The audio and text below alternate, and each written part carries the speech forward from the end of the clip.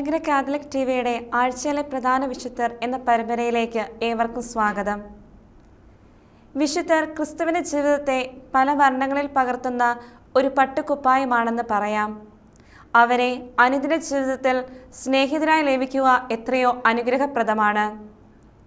നമ്മെ പോലെ തന്നെ ജീവിതത്തിൻ്റെ ഇരുളിലും വെളിച്ചത്തിലും തപ്പിയും തടഞ്ഞും മുന്നേറിയവരാണ് വിശുദ്ധർ. ജീവിതത്തെ അവർ സ്നേഹിച്ചു, വെറുത്തില്ല. പക്ഷേ വ്യത്യാസമുള്ള സ്നേഹമായിരുന്നു. ദൈവസ്നേഹമാകുന്ന തീച്ചൂളയിലേക്ക് സ്വയം എറിഞ്ഞവരാണ് വിശുദ്ധാത്മാക്കൾ. സാധാരണ മനുഷ്യരെ പോലെ കുറ്റവും കുറവുമായി മല്ലടിച്ചവരാണ് വിശുദ്ധർ.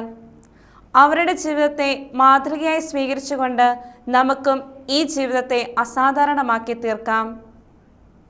ഈ ആഴ്ചയിലെ പ്രധാനപ്പെട്ട വിശുദ്ധർ: മാർച്ച് 22 വിശുദ്ധ സക്കറിയാസു പാപ്പ, മാർച്ച് 24 സ്വീഡനിലെ വിശുദ്ധ കാതറിൻ, മാർച്ച് 26 ഈജിപ്തിലെ വിശുദ്ധ ജോൺ. വിശുദ്ധ സക്കറിയാസു പാപ്പ യൂറോപ്പിൻ്റെ സമുദ്ധാരണത്തിന് അത്യധികം അധ്വാനിച്ചിട്ടുള്ള സക്കറിയാസു പാപ്പ ഇറ്റലിയിൽ അലാബ്രിയ എന്ന പ്രദേശത്ത് ഗ്രീക്ക് മാതാപിതാക്കന്മാരിൽ നിന്നും ജനിച്ചു. മാർപ്പാപ്പയായതിനു ശേഷം 11 കൊല്ലം കൊണ്ട് ചെയ്തു തീർത്ത കാര്യങ്ങൾ അദ്ദേഹത്തിൻ്റെ തീക്ഷ്ണതയും അധ്വാനശീലവും നിതരാം സുവ്യക്തമാക്കുന്നുണ്ട്. വ്യക്തിപരമായ സ്വാധീനം ഉപയോഗിച്ച് ഗ്രീക്ക് സാമ്രാജ്യവും ലംബാർഡുകാരും തമ്മിലുള്ള തർക്കം അവസാനിപ്പിച്ചു. അങ്ങനെ ഒരു യുദ്ധം ഒഴിവാക്കി. സഭാ നിയമങ്ങൾ ചർച്ച ചെയ്യാൻ പാപ്പ 743 റോമിൽ ഒരു സുനഹദോസ് വിളിച്ചുകൂട്ടി. അന്ന് വരെ ഉണ്ടായിട്ടുള്ള പ്രധാന നിയമങ്ങൾ മെത്രാന്മാരുടെ ശ്രദ്ധയിൽ പതിക്കാൻ അത് സഹായിച്ചു. ജർമ്മനിയിൽ വിശുദ്ധ ബോനിഫാസിന്റെ മിഷൻ പ്രവർത്തനങ്ങൾക്ക് മാർപ്പാപ്പ നൽകിയ പ്രോത്സാഹനം ജർമ്മനിയുടെ മാനസാന്തരം ഏതാണ്ട് പൂർത്തിയാക്കാൻ വഴിതെളിച്ചു. മാത്രമല്ല, ഫ്രാങ്കുകാരുടെ രാജാവായി പെപ്പിനെ തിരഞ്ഞെടുത്തത് മാർപ്പാപ്പ അംഗീകരിക്കുകയും ചെയ്തു. മൊന്തേ കസീനോ പുനരുദ്ധരിക്കുന്നതിനുള്ള പ്ലാൻ ഉണ്ടാക്കുകയും ആശ്രമ ദേവാലയത്തിന്റെ കൂദാശ മാർപ്പാപ്പ നിർവഹിക്കുകയും ചെയ്തു.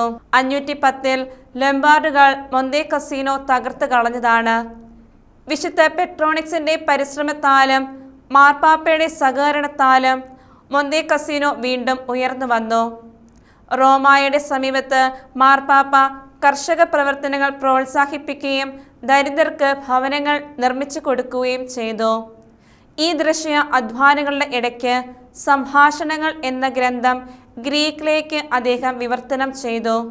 സംഭവബഹുലമായ ഈ ജീവിതം സഭാതലവന് വിശുദ്ധ പദപ്രാപ്തിക്ക് പ്രതിബന്ധമായില്ല.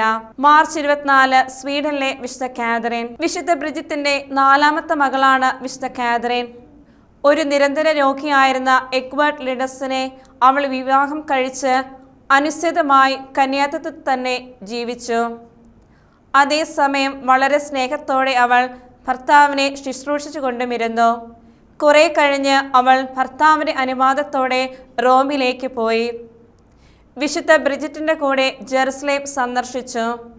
ഭർത്താവിൻ്റെയും അമ്മയുടെയും മരണത്തിന് ശേഷം അവൾ സ്വീഡനിലേക്ക് മടങ്ങുകയും മഠത്തിൻ്റെ അധിപയാകുകയും ചെയ്തു.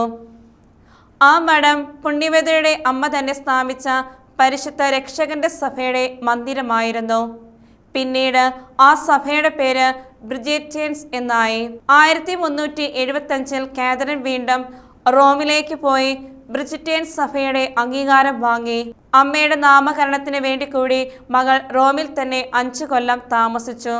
മടങ്ങി സ്വീഡനിൽ എത്തിയിട്ട് അധികം താമസിയാതെ കാതറിൻ ദിവംഗതയായി. മാർച്ച് 27 ഈജിപ്തിലെ വിശുദ്ധ ജോൺ.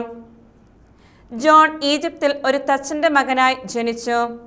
25ാമത്തെ വയസ്സിൽ ലൗകിക ആർഭാടങ്ങൾ ഉപേക്ഷിച്ച് ഒരു സന്യാസിയുടെ കീഴിൽ അസാധാരണമായ വിനയത്തോടും അനുസരണയോടും കൂടെ ജീവിച്ചു. പല മൂഢമായ പ്രവൃത്തികളും തൻ്റെ ഗുരുവിൻ്റെ നിർദ്ദേശപ്രകാരം അവർ ചെയ്തുകൊണ്ടിരുന്നു. ഈ അനുസരണ പ്രവൃത്തികൾക്കെല്ലാം അനന്തരകാലത്ത് ജോണിന് വിശിഷ്ട അനുഗ്രഹങ്ങൾ ലഭിക്കുകയുണ്ടായി. 40 വയസ്സുള്ളപ്പോൾ ഒരു ഉയർന്ന മലയുടെ മുകളിൽ കയറി ഒരു കൊച്ചു ഗുഹ നിർമ്മിച്ച് അതിൽ താമസിച്ചു. ആഴ്ചയിൽ 5 ദിവസം അദ്ദേഹം ദൈവത്തോടുള്ള സംഭാഷണത്തിൽ ഏർപ്പെട്ടിരുന്നു. ഇങ്ങനെ 42ാമത്തെ വയസ്സ് മുതൽ 90-ാമത്തെ വയസ്സുവരെ ജീവിച്ചു.